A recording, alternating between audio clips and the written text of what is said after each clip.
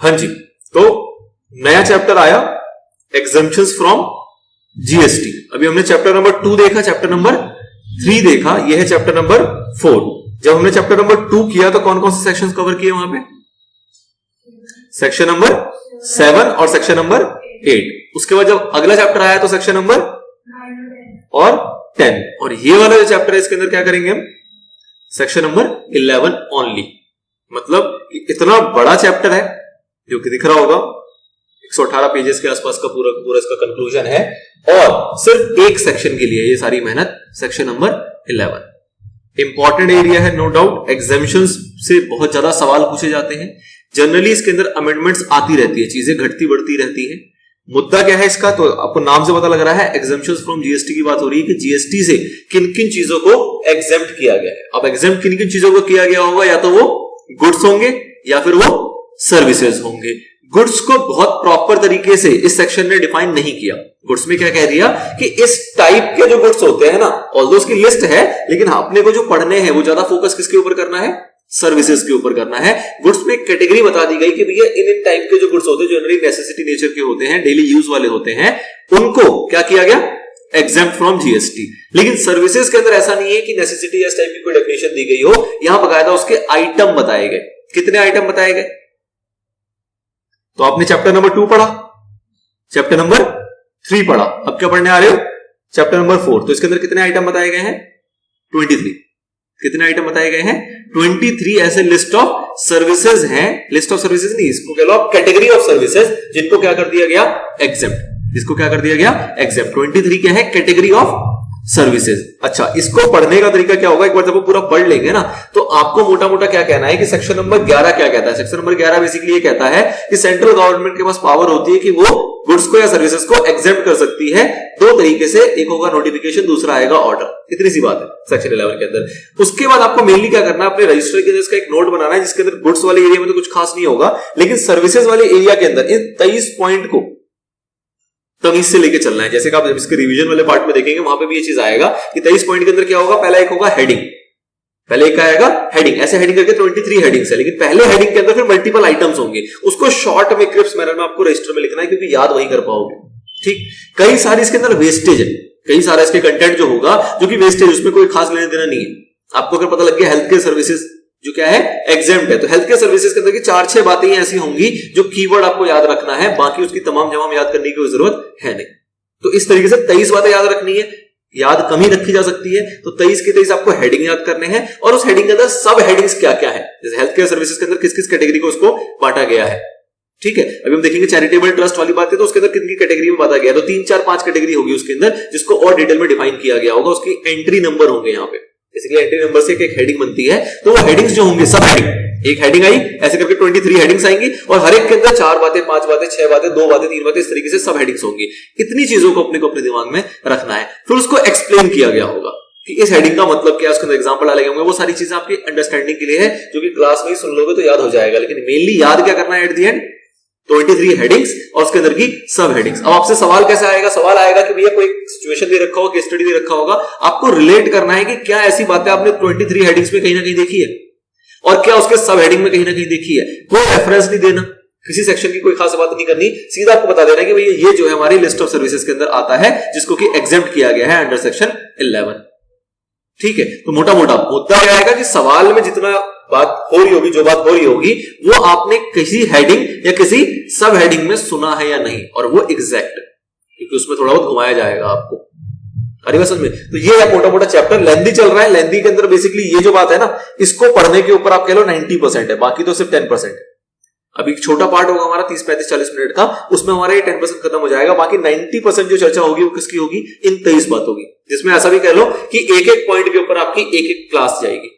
मतलब एक एक पॉइंट के ऊपर आपका 35, 40, 35, 40, 50 मिनट के आसपास का पार्ट जाएगा एक क्लास के ऊपर, एक सर्विस को, एक हेडिंग को समझने के लिए, क्योंकि उसके अंदर काफी डिटेल बातें, फिर उसके एनालिसिस वगैरह है, तो ओवरऑल इतना टाइम लगेगा। तो मेन जो एरिया वो क्या है? इन 23 बातों को समझने में टाइम जाएगा। ठीक है, एग्जम्पशंस क्या होता है? तो हमने देखा कि भैया जब हम किसी के ऊपर टैक्स लगाने जाते हैं तो उसके लिए हमें क्या देखना होता है कि वो चार्जेबिलिटी सेक्शन में आता है कि नहीं आता। मतलब जो हमारा सेक्शन नंबर 9 और 10 है, चार्ज वाला जो हमने पढ़ा उसके अकॉर्डिंग उसके ऊपर टैक्स लगना चाहिए कि नहीं लगना चाहिए। उससे हमें पता लग गया कि चार्जेबिलिटी है मतलब ये जीएसटी के परव्यू में आ गया। अब जीएसटी के परव्यू में आ गया तो उसके ऊपर टैक्सेबल होगा कि नहीं होगा, वो उसके ऊपर टैक्स लगाया जाएगा नहीं लगाया जाएगा, ये निकालने से पहले अपने को सोचना पड़ता है कि ये चार्जेबल तो हो गया लेकिन कहीं ये एग्जाम तो नहीं है। चार्जिंग सेक्शन के पॉइंट्स इसके अंदर सारे फुलफिल कर रहे हैं क्योंकि चार्जिंग सेक्शन में किसको हटा दिया गया, अल्कोहलिक लीकर को ही तो हटाया गया था, उसके अलावा तमाम चीजें और भी हैं जिसको नहीं हटाया गया। तो चार्जिंग सेक्शन के अकॉर्डिंग आपका जो सपोज करो राइस है या मिल्क है ये टैक्सेबल तो होगा लेकिन कहीं इसको एग्जाम तो नहीं कर दिया गया। अगर एग्जाम कर दिया होगा तो हम टैक्स नहीं लगाएंगे। तो इसलिए हमें उसके बाद जैसे चार्जिंग सेक्शन खत्म होता है हमें चेक करना पड़ता है टैक्स लगाने से पहले कि कहीं ये एग्जाम्प्ट तो नहीं है। ठीक है, तो इसलिए इस चैप्टर का यहां रेलेवेंस आता है चार्जिंग सेक्शन के बाद। जिसको चार्जिंग में ही बाहर कर दिया गया हो जैसे कि अल्कोहलिक लीकर, तो क्या उसको एग्जाम्प्ट किया गया है? नहीं, वो तो जीएसटी के परव्यू से ही बाहर है। ठीक है, तो हमें देखना है कि ऐसे कौन कौन से गुड्स या सर्विसेज हैं जिसको कि गवर्नमेंट ने किसके द्वारा बाय नोटिफिकेशन और बाय ऑर्डर क्या कर दिया हो? एग्जाम्प्ट। बाय नोटिफिकेशन या फिर बाय ऑर्डर क्या कर दिया हो?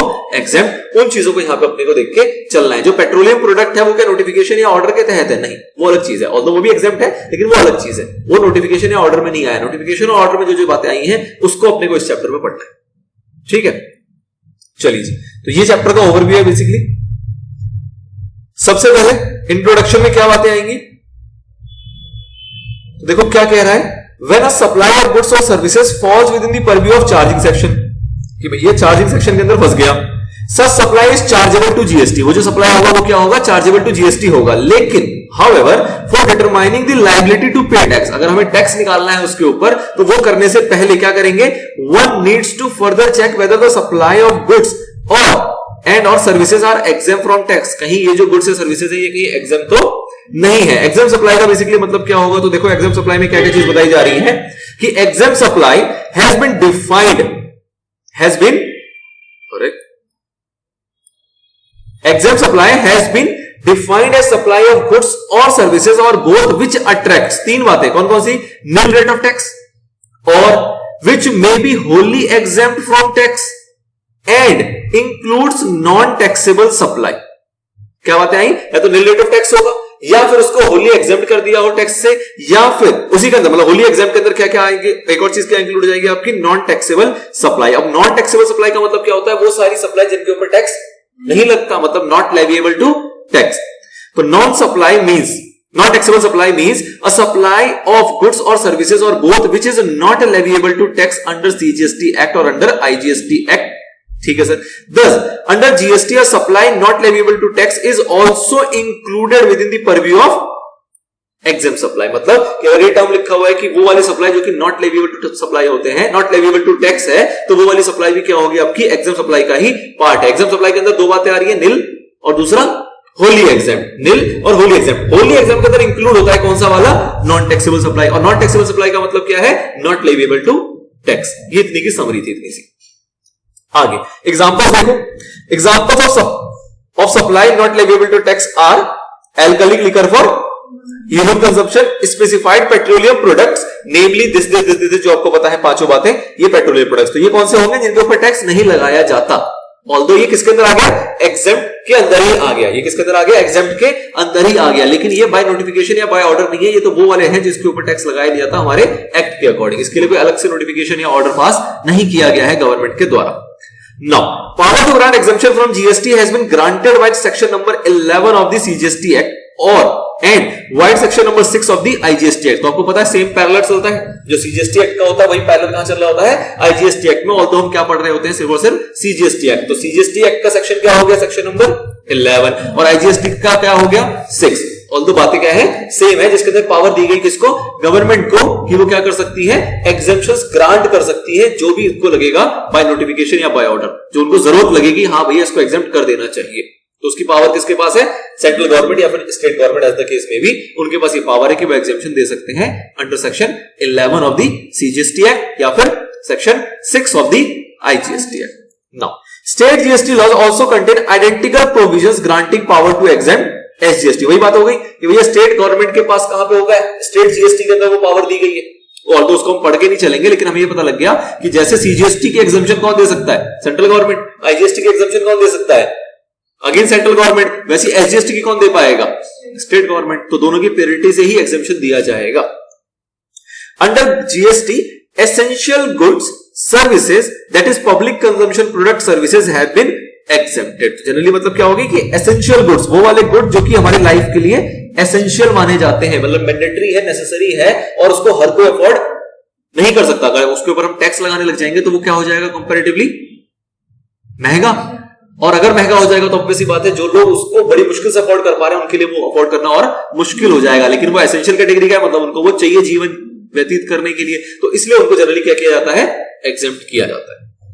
आइटम सच एज, अब देखो कुछ यहां पे नाम दिए गए हैं, item such as unbranded atta, maida, besan, unpacked food grains, milk, eggs, curd, lassi and fresh vegetables are among the item exempted from GST.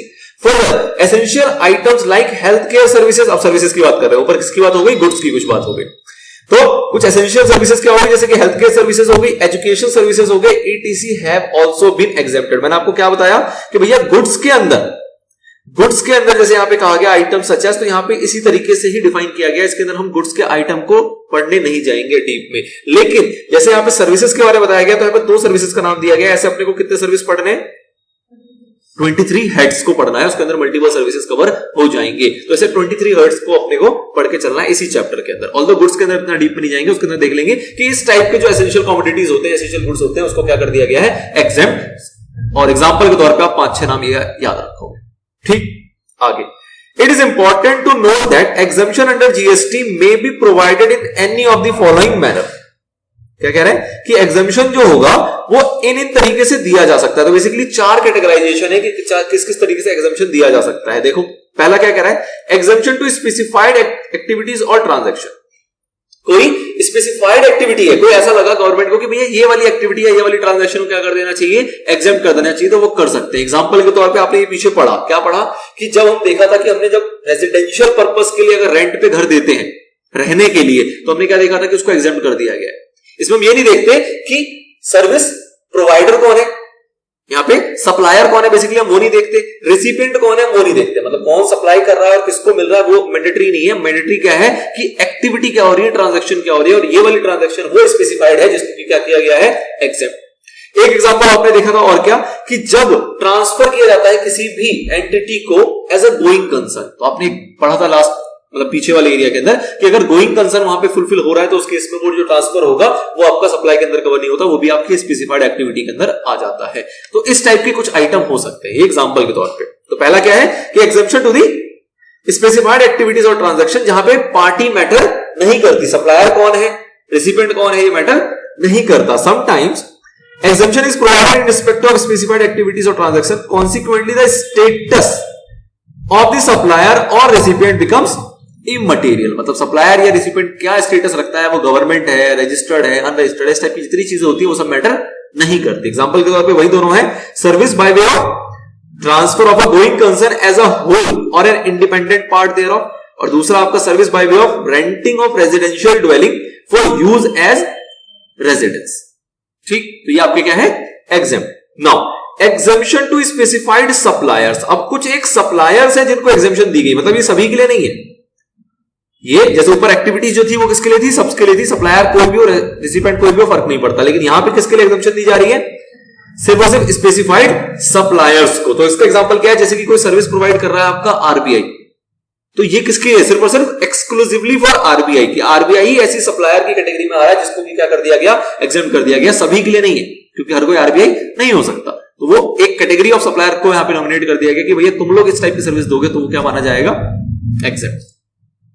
तो at times exemption is given to specified suppliers only.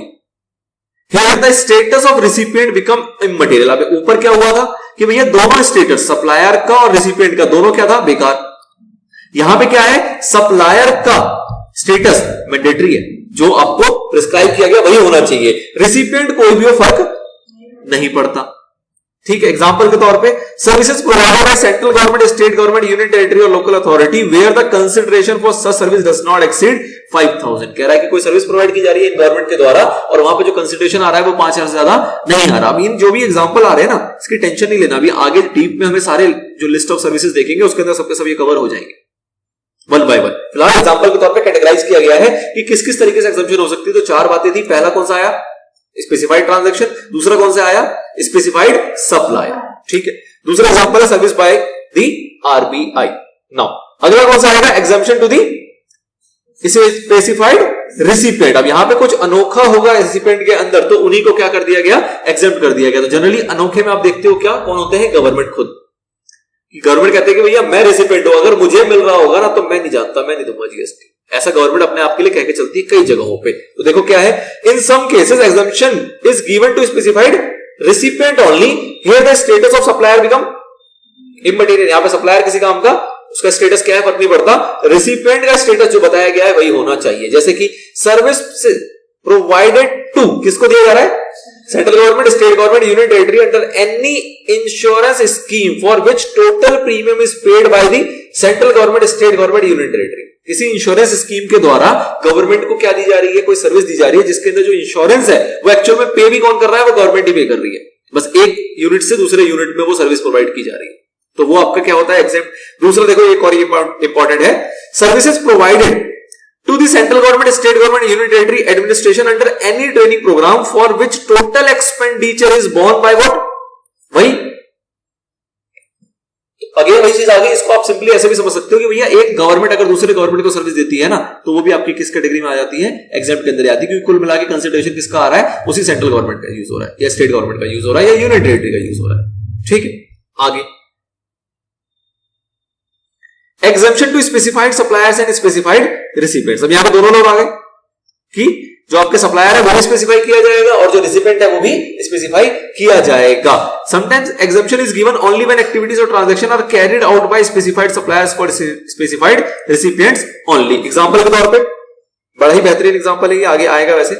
Services by the employees state insurance corporation, इसको आप short में क्या कहते हो? अगर आपने income tax वगैरह में पढ़ा हो तो ESIC, employees state insurance corporation, to person govern under the employees state insurance act 1948। तो यहां पे सप्लायर कौन है? ये ESIC। और किसको सर्विस दी जा रही है? उन सभी एम्प्लॉइज को जो इस एक्ट के अंदर कवर्ड होते हैं, उनको एक इंश्योरेंस की एश्योरेंस दी जा रही होती है इस कॉर्पोरेशन के द्वारा। तो ये क्या है आपका? एग्जेम्प्ट। क्यों स्पेसिफाई कर दिया गया? देगा कौन? सिर्फ ESIC देगा। और किसको देगा? सिर्फ उन्हीं को देगा जो उस एक्ट के अंदर कवर्ड होंगे एम्प्लॉइज। ऐसे ही कोई एग्जांपल है, service provided by insurance regulatory and development authority of India, इसको क्या बोलते हैं हम? IRDA। टू किसको दे रहे हैं services? Insurance under the insurance regulatory and development authority of India act 1999। ठीक है, तो जो इंश्योरर है उनको सर्विसेज दी जा रही है IRDA के द्वारा। तो ऑब्वियसली बात है वो भी क्या हो गया? स्पेसिफाइड कर दिया गया कि सप्लायर कौन होगा? IRDA ही होगा, और रेसिपिएंट कौन होगा? वही इंश्योरेंस जो कि उस एक्ट के अंदर कवर्ड है। तो जब दोनों चीजों को, दोनों पार्ट को स्पेसिफाई कर दिया जाएगा और तब एग्जाम किया जाएगा, तो ऐसा भी पॉसिबल है। सिर्फ सप्लायर को स्पेसिफाई किया जाए वो भी पॉसिबल है, सिर्फ रेसिपिएंट को स्पेसिफाई किया जाए वो भी पॉसिबल है, और जहां पर किसी को स्पेसिफाई ना किया जाए, उस ट्रांजैक्शन को ही स्पेसिफाई कर दिया जाए, तो वो भी पॉसिबल है। तो इन चार कैटेगरी के अंदर मोटा मोटा आपके एग्जेम्पशंस को कवर किया जाता है। आलिस ये याद रहेगा, ये याद रखना है आपको, ये चार बातें। एग्जाम्पल उतना तो अभी आप आगे पढ़ोगे तो याद हो ही जाएंगे, लेकिन फिलहाल ये चार कैटेगरी याद रखनी कि इस टाइप की चार कैटेगरी बनती है हमारी। ना आगे बढ़िए, अब हम देखेंगे क्या क्या देख रहे हैं अपने इस चैप्टर में? हम देखेंगे discuss the power to grant exemption from tax under CGST या IGST एक्ट। मतलब कि पावर जो है इस एक्ट के अंदर किस तरीके से दी गई है उसको डिस्कस करेंगे। मतलब सेक्शन नंबर 11 को देखेंगे। List of services exam from GST, ये हम देखेंगे कि कौन कौन सी लिस्ट है in detail and an overview of goods exam from tax. मतलब गुड्स की लिस्ट में नहीं जाएंगे, लोग गुड्स की गहराई में नहीं जाएंगे, गुड्स के ओवरव्यू देख लेंगे कि भैया इस टाइप के जो गुड्स होते हैं वो जनरली क्या होते हैं, हमारे एग्जाम्प्ट होते हैं। लेकिन लिस्ट जो सर्विसेज की है वो हम देख सकते हैं, फिजिबल है, प्रैक्टिकल है, इंपॉर्टेंट है एग्जाम पॉइंट ऑफ व्यू से, तो उसकी बकायदा लिस्ट दी गई है, उसके अंदर आपको बकायदा डुबकी लगानी है। चलो जी, तो पावर की बात करेंगे, power to grant exemption from tax section number 11, और IGST की बात करें तो सेक्शन नंबर 6। कितने सब सेक्शन है? 3 सब सेक्शन है। तीनों को फटाफट पढ़ लो, बहुत बेसिक है, कुछ खास नहीं। पहले में कहा जा रहा है कि भैया बाय नोटिफिकेशन ऐसा किया जा सकता है, दूसरे में किया जा रहा है कि बाय ऑर्डर ऐसा किया जा सकता है बाय ऑर्डर, और तीसरे में कहा जा रहा है कि भैया इन दोनों सबसेक्शन के लिए 1 और 2 के लिए गवर्नमेंट क्या कर सकती है, एक्सप्लेनेशंस वगैरह भी इश्यू कर सकती है 1 साल के अंदर अंदर। ठीक है, तो बल्कि सबसेक्शन 3 ही है थोड़ा सा इंपॉर्टेंट है, 1 और 2 में तो बिल्कुल बेसिक बातें हैं। देखो क्या है, पहले वाले में क्या कह रहा है, where the government is satisfied that, government क्या है, सेटिस्फाइड है किस चीज के लिए? That it is necessary in the public interest so to do, public interest में काम करना चाहती है। रिकमेंडेशंस ऑफ दी होना जरूरी है। कैसे कर सकती है? By notification. क्या? एग्जेम्प्ट जनरली ईदर एब्सोल्युटली और subject to such condition as may be prescribe therein goods और सर्विसेज और डिस्क्रिप्शन फ्रॉम द होल और any part of the tax, any part of the tax leviable thereon with effect from such date as may be specified in such notification। मतलब क्या हुआ कि भैया notification के द्वारा किया जा सकता है, वो एब्सोल्युटली भी हो सकता है या फिर वो कंडीशनल भी हो सकता है। कंडीशनल का मतलब कि उसमें कुछ शर्तें लागू कर दिया जाए कि भैया ऐसी ऐसी चीजें फुलफिल करोगे तो ये एग्जम्पशन मिलेगा, अदरवाइज नहीं मिलेगा। होली भी हो सकता है, पार्टली भी हो सकता है। होली का मतलब क्या हुआ कि भैया 18% और ये पूरा का पूरा क्या है? एग्जेम्प्ट। या ऐसा हो सकता है कि 18% रेट ऑफ टैक्स है लेकिन आपको कितना देना पड़ेगा? 5%, मतलब 13% एग्जेम्प्ट कर दिया गया। तो ऐसा भी पॉसिबल है, शर्तों के साथ भी हो सकता है और बिना शर्तों के भी हो सकता है। तो कीवर्ड क्या है आपका? बाय नोटिफिकेशन ऐसा कर सकती है अगर गवर्नमेंट को लगता है कि पब्लिक इंटरेस्ट में ऐसा करना अनिवार्य है, तो जीएसटी काउंसिल का रिकमेंडेशन होना भी जरूरी है। आगे दूसरा सबसेक्शन क्या कहता है? Where the government is satisfied that it is necessary in public interest so to do, it may on the recommendation of the council by special order in each case under circumstances of an exceptional nature। मतलब कि special order की जरूरत कब पड़ेगी? जब कोई ऐसा exceptional nature आ गया, कोई ऐसी घटना घट गई जिसकी लग रहा है कि भैया इसको इमीडिएट करने की जरूरत है, नोटिफिकेशन वगैरह की यहां पे नहीं है, एक स्पेसिफिक सिचुएशन में किसी गुड्स या सर्विसेज को एग्जाम करना है। ठीक है, कुछ ऐसा आ गया, इमरजेंसी आइटम आ गया, इमरजेंसी सिचुएशन अराइज हो गई कंट्री के अंदर, तो स्पेशल ऑर्डर के दम पे भी वो सबसेक्शन 2 ने उनको पावर दे दी कि आप चाहो तो एग्जाम कर सकते हो गुड्स को या सर्विसेज को, लेकिन वो क्या होना चाहिए? कुछ आपका एक्सेप्शनल नेचर का होना चाहिए। एक रूटीन की चीज होती है, आप उसके अंदर राइस के साथ और कुछ ऐड करना चाहते हो एग्जाम करने के लिए, तो बाय नोटिफिकेशन ही होगा। लेकिन अगर आपको लग रहा है कोई ऐसी सिचुएशन आ गई, कोई ऐसी आपदा आ गई देश के अंदर, आप चाहते हो कि किसी पर्टिकुलर गुड्स या सर्विसेज को एग्जाम करना है, तो स्पेशल ऑर्डर के माध्यम से भी कर सकते हो, लेकिन वो इन रूटीन नहीं होगा, जनरल नहीं होगा, वो एक्सेप्शनल नेचर, एक्सेप्शनल सिचुएशन में ही होगा। ठीक है, सिंपल सी बात है। To be stated in such order exempt from payment of tax any goods or services or both on which tax is leviable। तो ऐसा भी किया जा सकता है। और तीसरा पॉइंट ये इंपॉर्टेंट है, the government may if it considers necessary और expedient so to do for purpose of clarifying the scope और applicability of any notification issued under subsection 1। Subsection 1 में क्या किया गया? नोटिफिकेशन इशू किया गया, उसके बारे में कह रहा है। और order issued under subsection number 2 insert an explanation. अगर गवर्नमेंट को ऐसा लगता है कि भैया जरूरी है क्या करना? स्कोप और एप्लीकेबिलिटी, मतलब जो हमने नोटिफिकेशन निकाला वो लोग क्लियर ही नहीं कर पा रहे, उसका मतलब क्या है, क्या स्कोप है, किस तरीके से वो एप्लीकेबल होगा, इसकी क्लैरिफिकेशन नहीं आ पा रही। जो हमने नोटिफिकेशन निकाला उसके अंदर हमने कुछ चीजें इतनी डिटेल में नहीं लिखी है जिससे कि लोग उसको पढ़ के समझ पाए, या समझ पा भी रहे तो उनके माइंड में कोई डाउट क्रिएट हो रहा है। ठीक है, तो ऐसी अगर सिचुएशन लगती है, चाहे किसी भी नोटिफिकेशन के लिए हो, चाहे किसी भी ऑर्डर के लिए हो, तो वो क्या कर सकते हैं? एक्सप्लेनेशन भी इशू कर सकते हैं। Insert an application explanation in such notification or order as the case may be by notification at any time within 1 year। Time limit क्या दे दिया गया? 1 साल का of issue of notification under subsection 1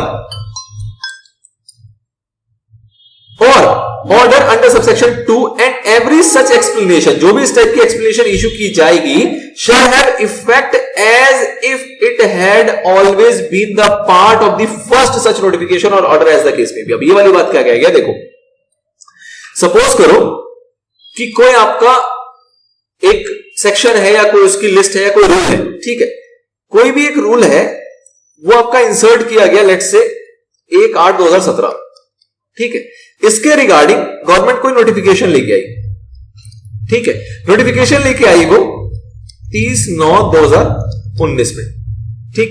इसके बाद इसी के ऊपर गवर्नमेंट को क्या लेके आई? एक्सप्लेनेशन, कोई एक्सप्लेनेशन लेके आई, मान लो लेके आई 31 मार्च 2020 में, कुछ टाइम के बाद जब लगा कि ऐसी जरूरत पड़ रही है, लोगों को क्लैरिफिकेशन नहीं मिल पा रहा, तो उन्होंने एक्सप्लेनेशन जारी कर दिया। तो क्या कहा जा रहा है कि भैया ये एक्सप्लेनेशन एक तो कितने टाइम के अंदर किया जा सकता है? जब आपने नोटिफिकेशन निकाला होगा इसके 1 साल के अंदर, 1 साल के अंदर कर सकते हैं। दूसरी चीज क्या कही जा रही है कि भैया ये जो एक्सप्लेनेशन निकाला जाएगा ये कब से लागू माना जाएगा, कब से इसका इफेक्ट होगा? इस एक्सप्लेनेशन की जो क्लैरिफिकेशन होगी वो कब से इफेक्टिव मानी जाएगी, किस डेट से इसकी बातों को काउंट किया जाएगा, तो इस डेट से नहीं किया जाएगा, ये रेट्रोस्पेक्टिव इस डेट से ही माना जाएगा जिस डेट पे वो नोटिफिकेशन आया। ये माना जाएगा कि जो नोटिफिकेशन आया था उसके साथ ही एक्सप्लेनेशन था, ऑल्दो ये बाद में इशू किया गया, लेकिन इसका जो इफेक्ट होगा वो कैसा होगा, रेट्रोस्पेक्टिव होगा, जिस डेट को वो एक्चुअल में फर्स्ट नोटिफिकेशन जो है वो आपका आया हो। ठीक है, effect as if it had always been part of, ऐसा मान लेना है आपको कि ये हमेशा से उस नोटिफिकेशन के अंदर ही था, of the first such notification और ऑर्डर एज द केस में भी, चाहे नोटिफिकेशन हो चाहे ऑर्डर हो जैसा भी। ठीक है, ये नया इंसर्ट किया गया है, ये वाली बात नहीं है। एक्सप्लेनेशन देखो, For the purposes of this section, where an exemption in respect of any goods or services or both from the whole or part of the tax leviable thereon has been granted, absolutely, the registered person supplying such goods or services or both shall not collect the tax in excess of the effective rate on such supply of the goods or services or both. Obviously बातें देखो, दो बातें होंगी यहाँ पे, दो बातें कौन कौन सी कि भैया एक तो आपसे कहा गया कि फुल्ली एग्जेम्प्ट है, होली एग्जेम्प्ट है, तो उसके इसमें आप टैक्स कलेक्ट नहीं करोगे। एक केस में आपको कहा गया कि नहीं जी पार्टली एग्जेम्प्ट है, जैसे कि एग्जांपल था हमारा कि 18% से आपको क्या कहा गया, 5% के लिए कहा गया, तो उस केस में ऑब्वियसली बात आपको टैक्स कितना कलेक्ट करना है, 5% ही कलेक्ट करना है, आपसे ज्यादा कलेक्ट नहीं कर सकते। ऐसा नहीं कि 18% आप कलेक्ट कर लो, गवर्नमेंट को 5% दो, ये एक्सप्लेनेशन है कि ऐसा नहीं है कि आप 18% पब्लिक से ले लो और सरकार को बस 5% दे दो, बोलो जी एग्जेम्पशन मिली, 13% मेरे हो गए ना।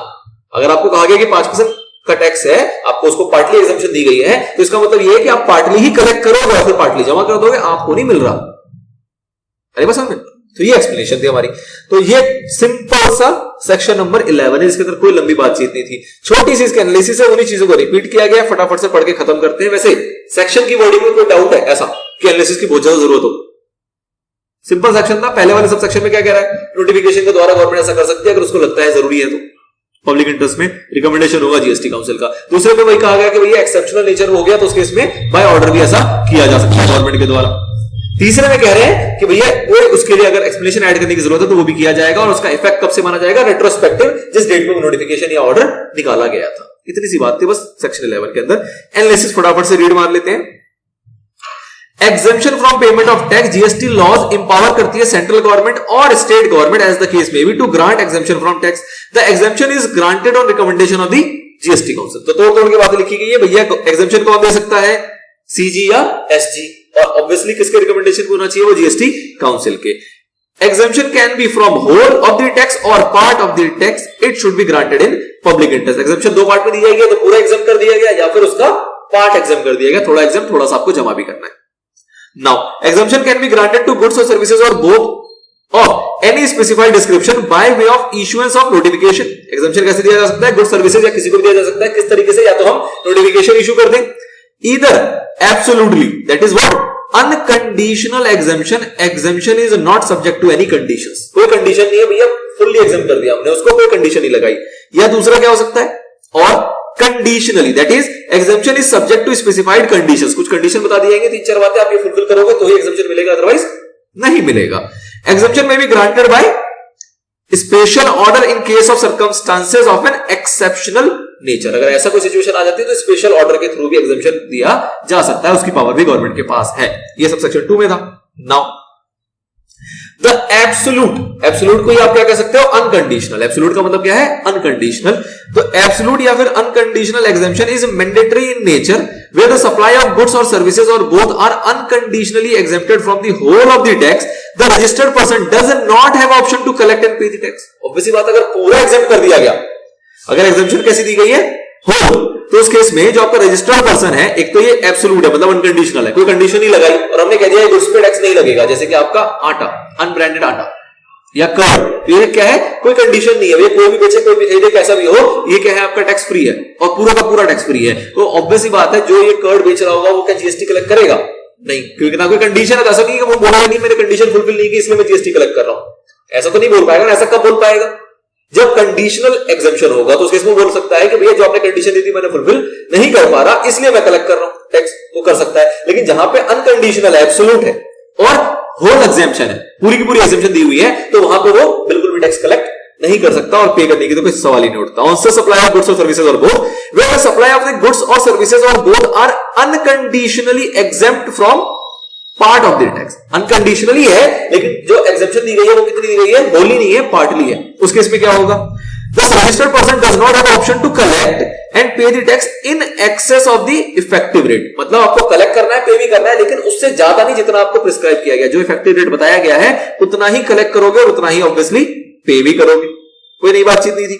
आगे, हाँ, एग्जेम्पशन इज कंडीशनल। अगर एग्जेम्पशन हमारा कंडीशनल हो तब क्या होगा, it is at the option of the registered person whether to avail the same or not। अगर कंडीशन लगाई हुई है हमने तो उस केस में तो जो रजिस्टर्ड पर्सन है उसके ऊपर आ गया ना।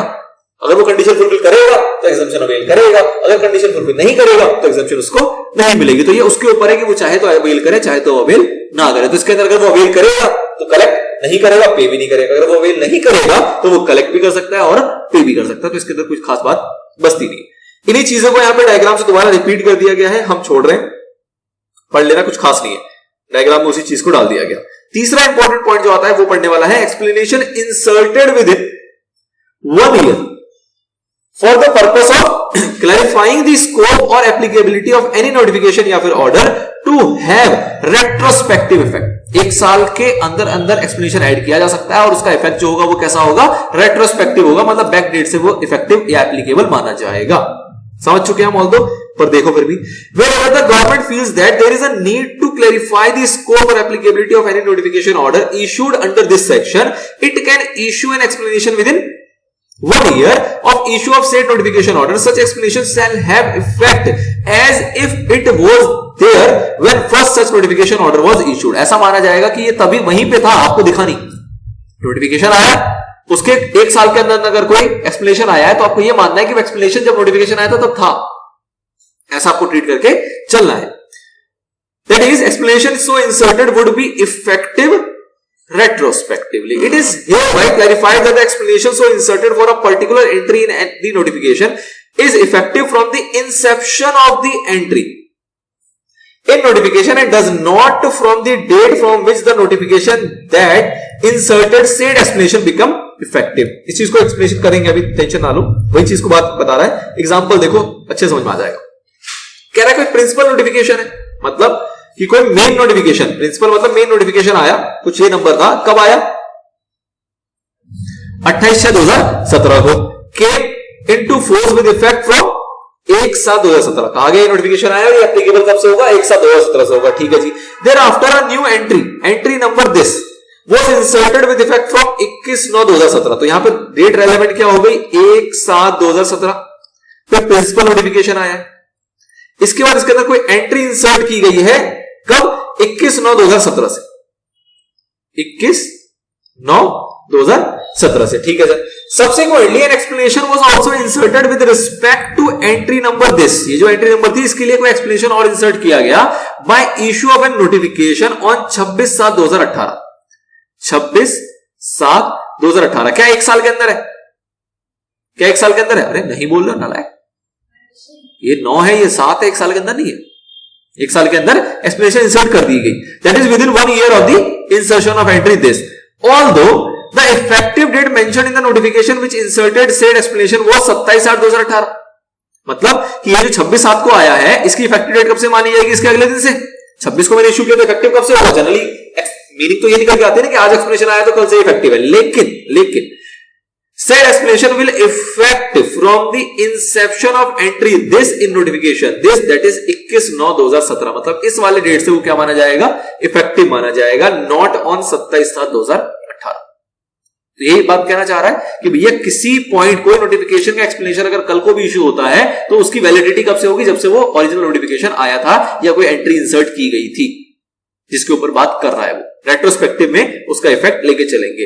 यही सिमिलर प्रोविजन आपको सेक्शन 6 में पढ़ने को मिलते हैं आईजीएसटी एक्ट के अंदर। बेकार की बात, ये है सेक्शन नंबर 11 या फिर सेक्शन नंबर 6 आईजीएसटी एक्ट का। बात खत्म हो गई। अब इसके अलावा क्या बच जाएगा इस चैप्टर के अंदर, सेक्शन तो खत्म हो गया। अब सिर्फ इसके अंदर 2 बातें बनेगी कि गुड्स ऐसे कौन कौन से हैं जो कि एग्जाम किए गए और सर्विसेज ऐसे कौन कौन से जो एग्जाम किए गए। गुड्स की गहराई में अपने को जाना नहीं है, ओवरव्यू लेना है, और सर्विसेज की गहराई के अंदर जाना है। तो गुड्स को आगे का छोटा सा एरिया है, फिर सर्विसेज वाला ब्रेक लेके शुरू करेंगे। गुड्स एग्जाम फ्रॉम टैक्स, तो a list of items has been notified under section 11(1). 11(1) क्या था, नोटिफिकेशन वाला। 11 में किसका था? स्पेशल ऑर्डर नहीं है ना, नोटिफिकेशन वाला है, तो नोटिफिकेशन के द्वारा ही इसको नोटिफाई कर दिया गया लिस्ट ऑफ आइटम्स को ऑफ द सीजीएसटी एक्ट या फिर सेक्शन 6(1) कह लो of the IGST act. These items have been exempted from whole of the tax. क्या पार्टली खेल रहे? नहीं, कह रहे पूरा का पूरा एग्जेम्प्ट होगा. Under GST everyday items used by the common man have been included in the list of exempted item. जो एवरीडे आइटम्स होते हैं, items such as what? Unbranded atta, maida, बेसन. ये नाम ना पहले भी आया था. इसका मतलब क्या है कि जो आशीर्वाद आटा आता है, क्या उस पर जीएसटी लगता है कि नहीं लगता?